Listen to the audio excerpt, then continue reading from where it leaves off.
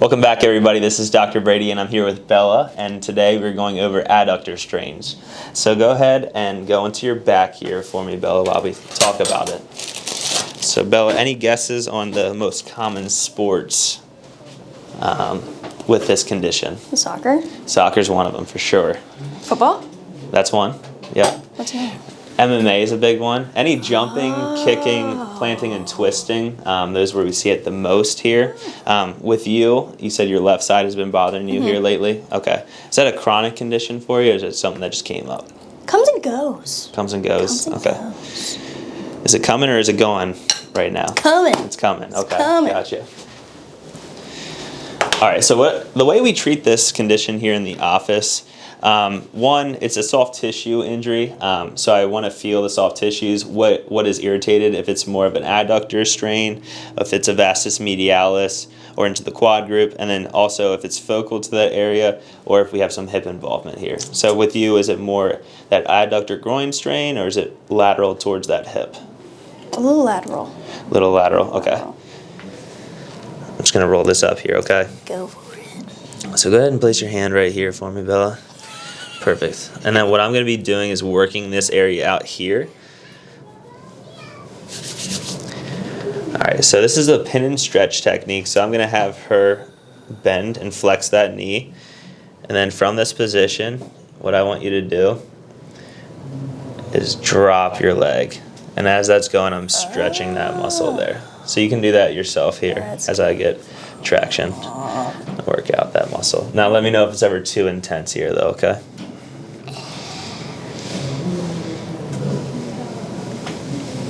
Good. And like I said, I'm checking multiple muscles here. I'm going over those adductors. Whatever that is not happy. Right there. So once she finds that spot and tells me, like that's intense, that? I do about 3 to 5 passes over that muscle until I feel it loosen up.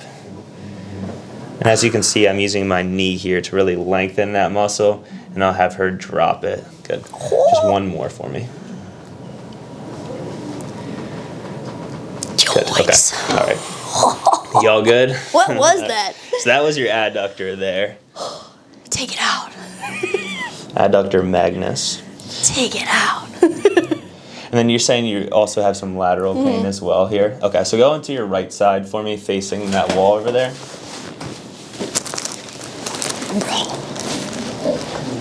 So another way, so we attacked the medial compartment here.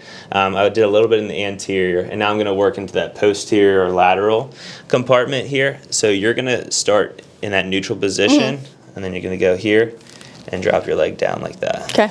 Okay, now I'll be on this side of you. Yep. And lengthen that muscle through there. Good.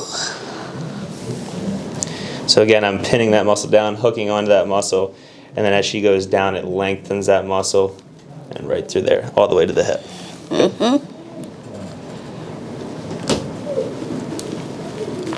Good. Oi. And then for video purposes, just one more here for me, Bella. Yikes. Okay. And then go into your back here for me. All right, and I like to do that soft tissue work first here because it calms down the muscles that are so tense and guarded to support that joint due to that injury. But before I adjust you, Bella, let me know, is this range of motion okay? Any pain or discomfort at all when I do that with the hip? Feels good. Okay, good. Same thing on the other side. Everything fine and dandy over here? Feel pretty good. Okay. Sometimes it's another thing that we look at here. If the injury is over here, depending on the time frame of when you came in, some people wait and see if it gets better. Then they use their opposite leg as more of a compensation form there, and then they develop problems over here. So, but luckily for Bella, you came right in, right? Right on in. So I appreciate that, Bella. Right on in. All right, so I'm going down the posterior chain here. I'm going to start with the ankle. So there's going to be a slight tug right through this ankle mortise joint here. Good. Yummy. And the same thing right through here. Yummy. Now, if it was really flared up and you could barely walk, I wouldn't do this on the first visit here. So it's patient-specific and condition-specific. But Bella, you can take it here today. I got it. This one's a little bit higher up. It's more of that hip joint. Good. Ooh. And the same thing over here. Good. Yes. All right, perfect. And if I could have you on your side facing me, please. I suppose. Awesome.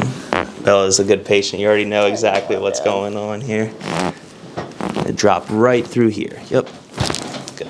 And then the same thing on the other side for me.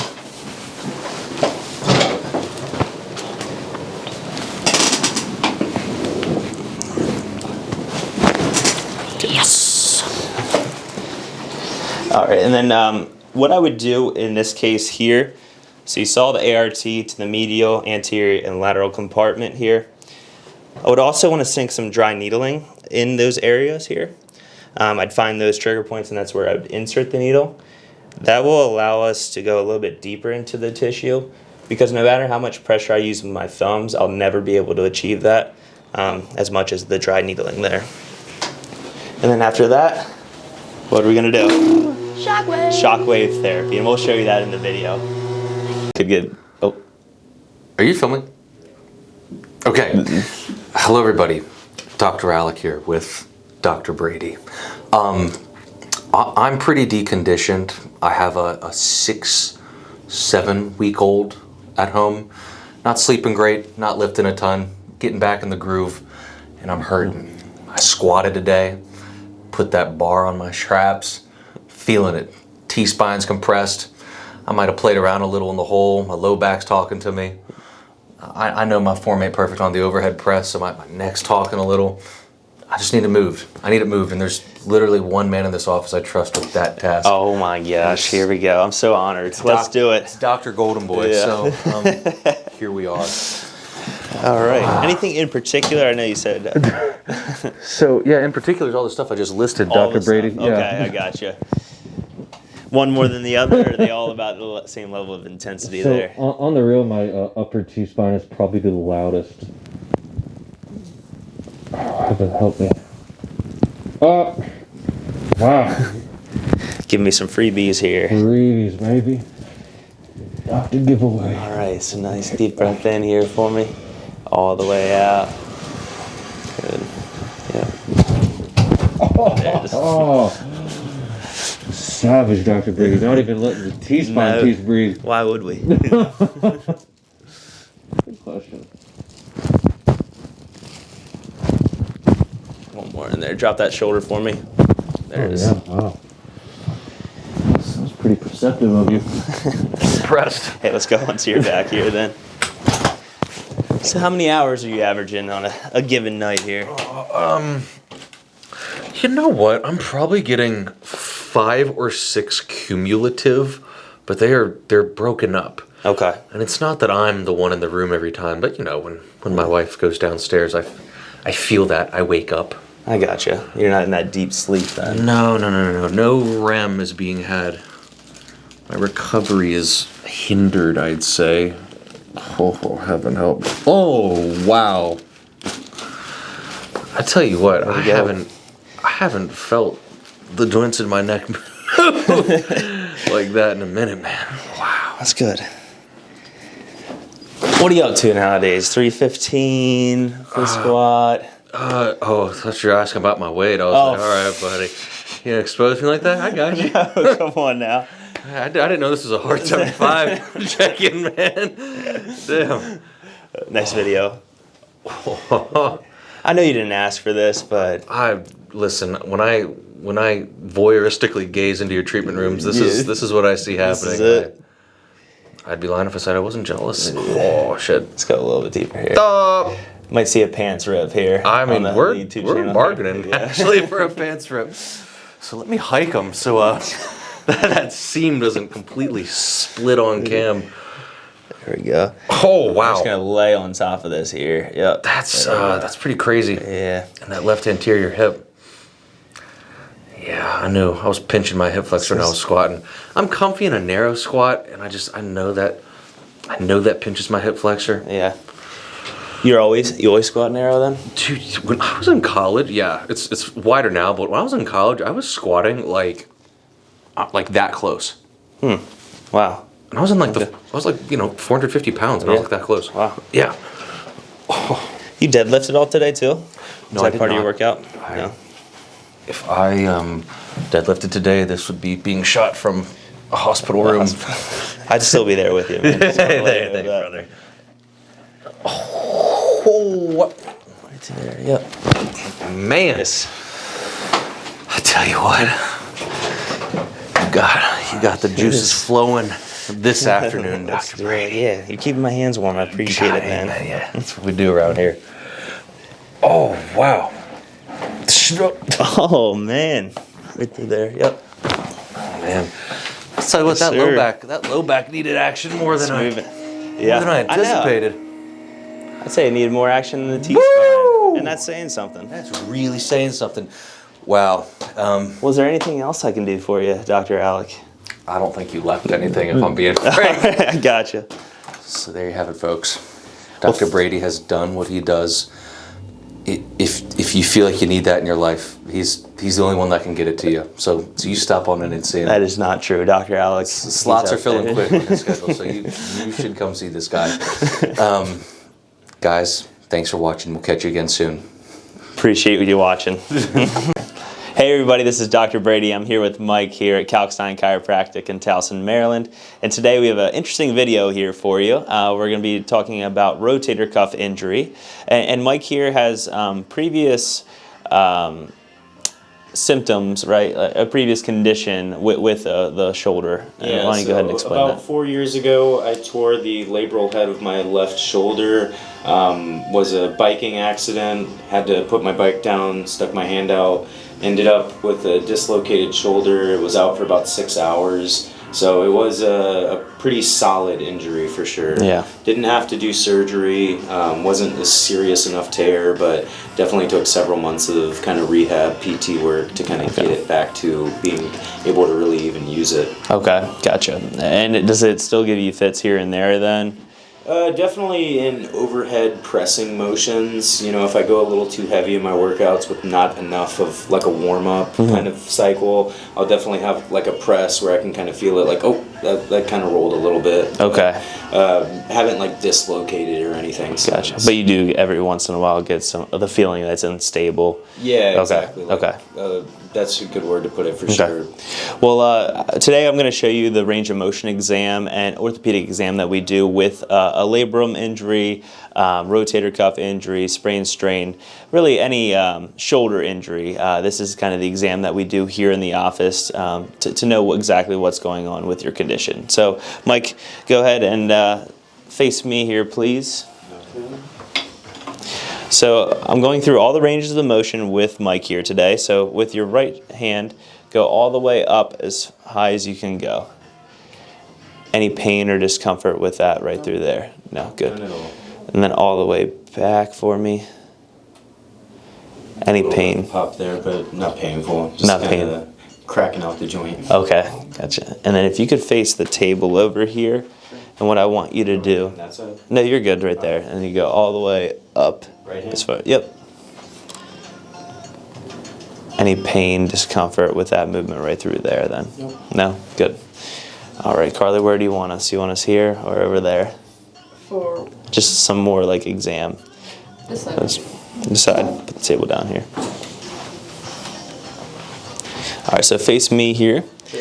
The first test I'm going to have you do is bring your arm across your body for me. Right one. Yep.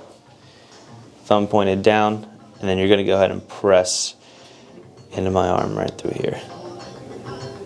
Any pain, discomfort A little With bit that. of kind of tightness right there. in the front of the shoulder. Yeah. Same thing through here, press. Any pain or discomfort with that? No. Good. And then all the way out. Nothing. Nothing there? Good. Now what I want you to do is bring that right arm behind your back for me. And if you could just kind of face the wall so Carly can see here. All right, so what I want you to do is press into my hand right through here. Does that bring any pain or discomfort into the shoulder there? That's the whole like front head there. The whole front, okay. Yeah, it actually felt like that made my arm a little unstable too. Unstable, okay. Do you ever feel anything underneath your right scapula at all? I don't feel anything underneath it, but I do have just on the right side, a webbed scapula, just a little bit. Yeah, so do that one more time for the audience here. Yeah. So you see how much scapular winging Mike has here, kind of juts out. I can really get my hand underneath that, right through there. My left side's Good. not nearly as much. Now it's just, Right yeah, can side's you do always popped out. your left side just for, yeah. Still a little bit there, but not anywhere near the amount that the right side wings out there. Good. And you can go ahead and relax there. So there's 4 rotator cuff muscles. They call them the sits muscles. So 1 is supraspinatus, 2 infraspinatus, 3 teres minor, and 4 subscapularis.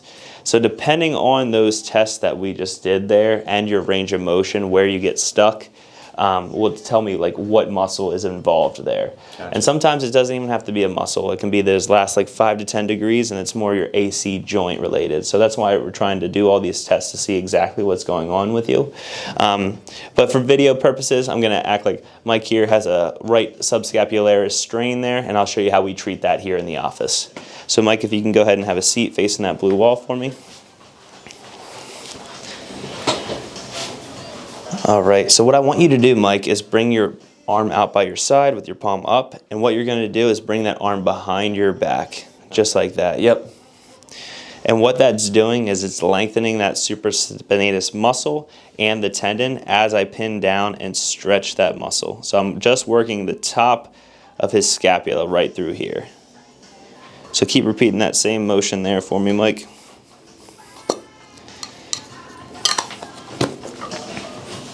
Good, keep it up.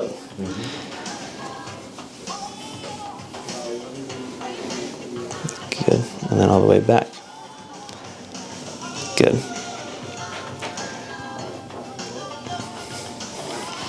And then back again. Yep. So every single time I'm adding more and more pressure, just trying to provide some blood flow to that area, break up any trigger points that he might have in that muscle belly,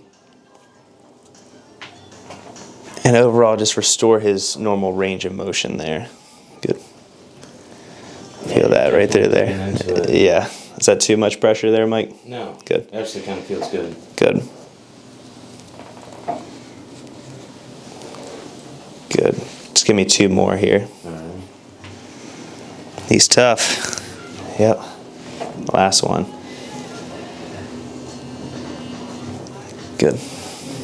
All right. And then you can just relax here. Just want to see the range of motion. If you have any popping, clicking.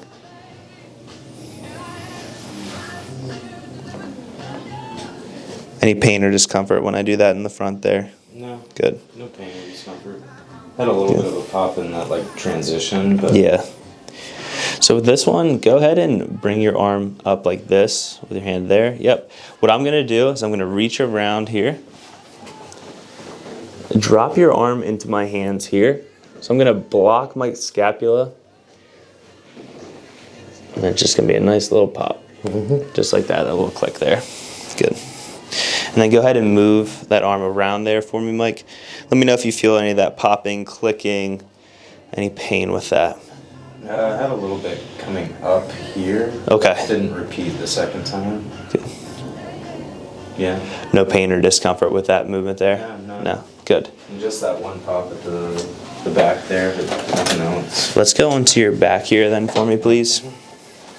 And like I said previously, sometimes it can be that AC joint or acromioclavicular that's kind of gets stuck in that last 5 to 10 degrees of motion there. So that's another thing I'm about to address and show you how we adjust it here in the office. So if you don't mind looking towards that side there for me. Sure. So no, you're good. So just look, yep. And then you're going to bring this arm over top that joint. My hand's going to go on top of here. And then you're going to go ahead and actually reach behind my back, Mike. Okay. I'm going to roll you. Yep. Just like that. And it's going to be a little slight drop right through here. Yep. Good. One more. Good. All right. And then you're going to relax onto your back there.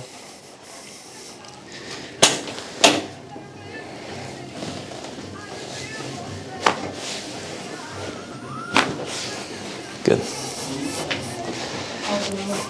What's that? That was low. That was loud.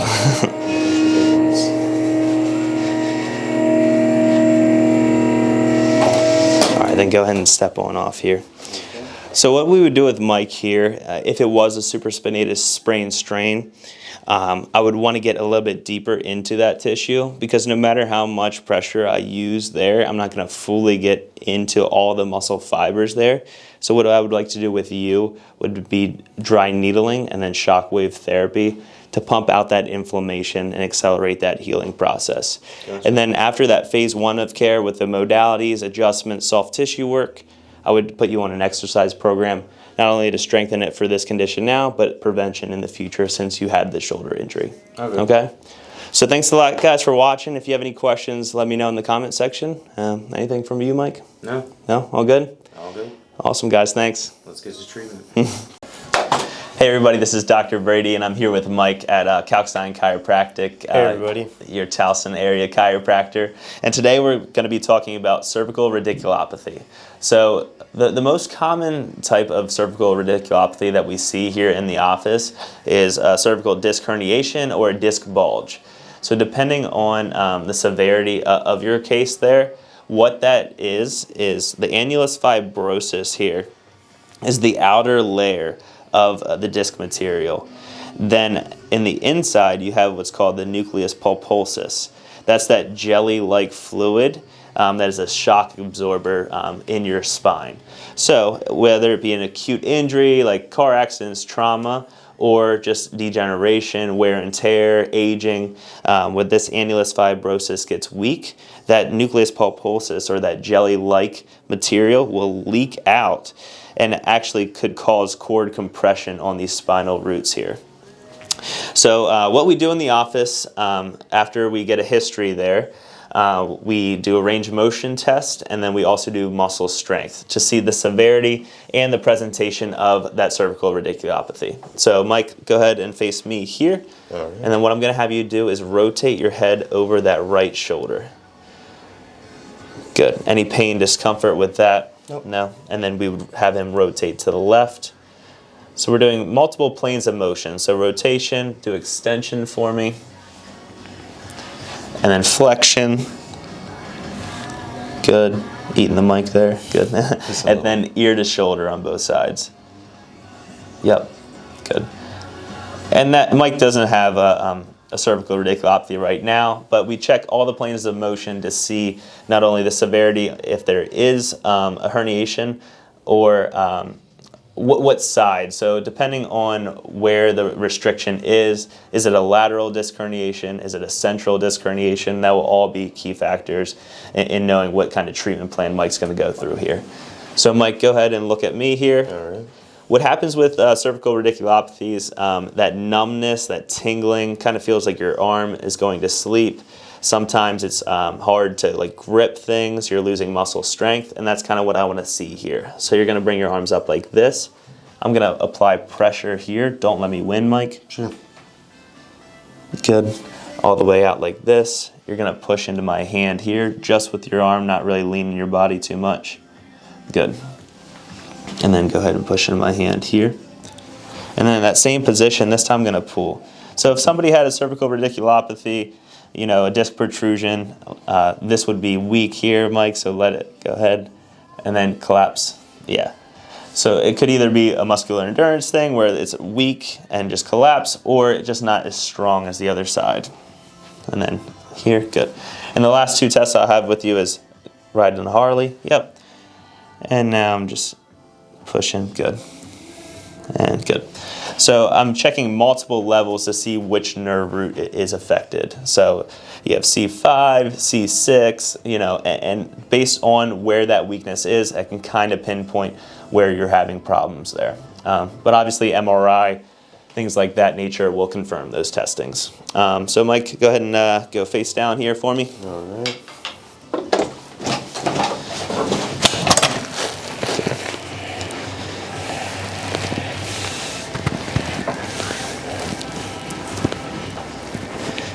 And sometimes with these cervical radiculopathies, not only are you experiencing that numbness, that radiation, possible muscle weakness, because of that injury, your body could potentially have that inflammatory response, and the muscles surrounding that area will be super tonic or tight, or the spinous processes will be tender because of that irritation to the actual tissue itself. So that's another thing I'd check here, is where you have those knots in the muscle, where it's tonic, and right there, Mike, you feel that? Oh, right yeah. through there? Yeah. There's one. So take a nice deep breath in here for me, all the way out, nice and loose between the shoulders. Yep, just like that, perfect. And depending on the severity of the case, I might not adjust right away. I might lean into the modalities at first there, do some soft tissue work, that type of thing. But Mike's feeling pretty good, so I'll show you what we do here in the office once that response has calmed down a little bit. So go ahead and flip onto your back here for me. Yep.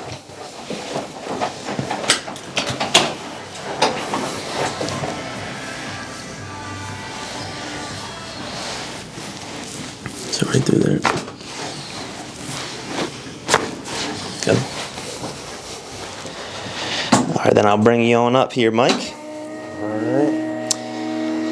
All right, just to recap the video here, causes of cervical radiculopathy could be acute trauma, could be the aging process. Over time there, the annulus fibrosis, that outer ring gets weak, the nucleus pulposus, or that jelly kind of slips out and then compresses on those spinal nerves. If you're having any of these problems where you're feeling that radiation, the muscle weakness, anything like that, stop on by in our Towson office. We'd be happy to help. I know I showed you the adjustments there. Some things we do at the office is dry needle for disc herniations. Depending on the severity of it, we might dive into spinal decompression. But yeah, we would know a lot more with the MRI there and kind of tailor a treatment plan specific to your condition. So thanks for watching, guys. If you have any questions, let me know. Thanks, everybody.